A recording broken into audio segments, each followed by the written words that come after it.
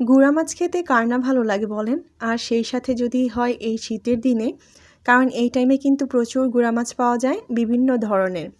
তো আজকে কিন্তু আমি বেগুন দিয়ে গুঁড়া মাছই রান্না করছি, আর আজকের গুঁড়া মাছটা একদম হাতে মেখে রান্না করব।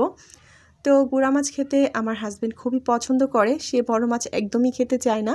তাকে যদি অল্প একটু গুঁড়া মাছ আপনি রান্না করে দেন, সে তৃপ্তি করে ভাত খাবে।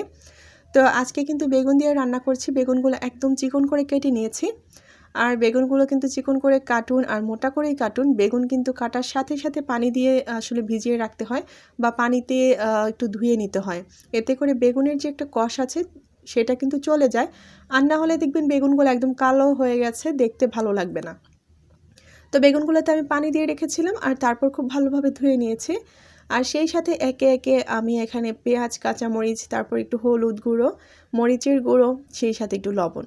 তো এই হচ্ছে মাছের যা লাগে আর কি। এখানে চাইলে ধনিয়াটাও অ্যাড করতে পারেন, যাদের পছন্দ। আমি অনেক সময় দিই, অনেক সময় দিই না। তো হাতের কাছে নেই, আমি তাই দিইনি। তো সব কিছু দিয়ে খুব ভালোভাবে আগে আপনি বেগুনটা মাখিয়ে নেবেন। গুঁড়া মাছ যখনই আপনি রান্না করবেন হাতে মেখে, যেই সবজিটাই দেন না কেন সেই সবজিটা দিয়ে মশলাটাকে দিয়ে হাতে আগে মাখবেন, মেখে একটু নরম করে নেবেন। যখন আমি বেগুনটা দিয়ে মাখছিলাম, বেগুনটা কিন্তু একদমই নরম হয়ে চুপসে গেছে।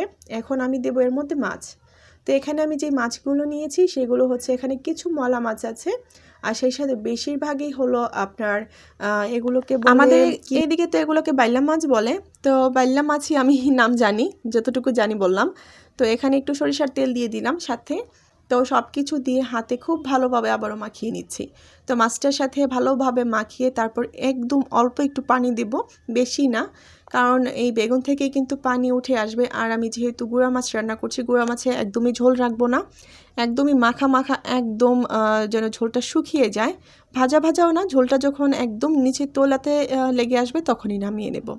তো তার জন্য অল্প একটু পানি দিয়ে তারপর আমি চুলোতে বসিয়ে দিলাম, আর ঢাকনাটা দিয়ে রান্না করব। প্রথমে কিন্তু একটু চুলার জালটা বাড়িয়ে দেব, এতে করে যখনই ঝোলটা উঠে আসবে তারপর দেখুন একটু নেড়েচেড়ে দেবেন, আবারও মিশিয়ে দেবেন, কারণ এই পর্যায়ে দেখুন মাছটা কিন্তু হাফ সিদ্ধ হয়ে গেছে।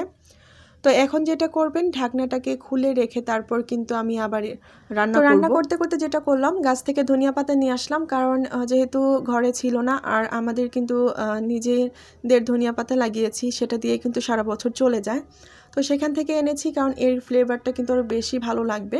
তো গুঁড়া মাছটা কিন্তু একদমই দেখুন শুকিয়ে গেছে ঝোলটা। তো আমি কিন্তু ফার্স্টে ঢাকনা দিয়েছিলাম, তারপর কিন্তু আর ঢাকনা দিইনি। তারপর ঢাকনাটা খুলেই যে ঝোলটা ছিল সেটা শুকিয়ে নিয়েছি।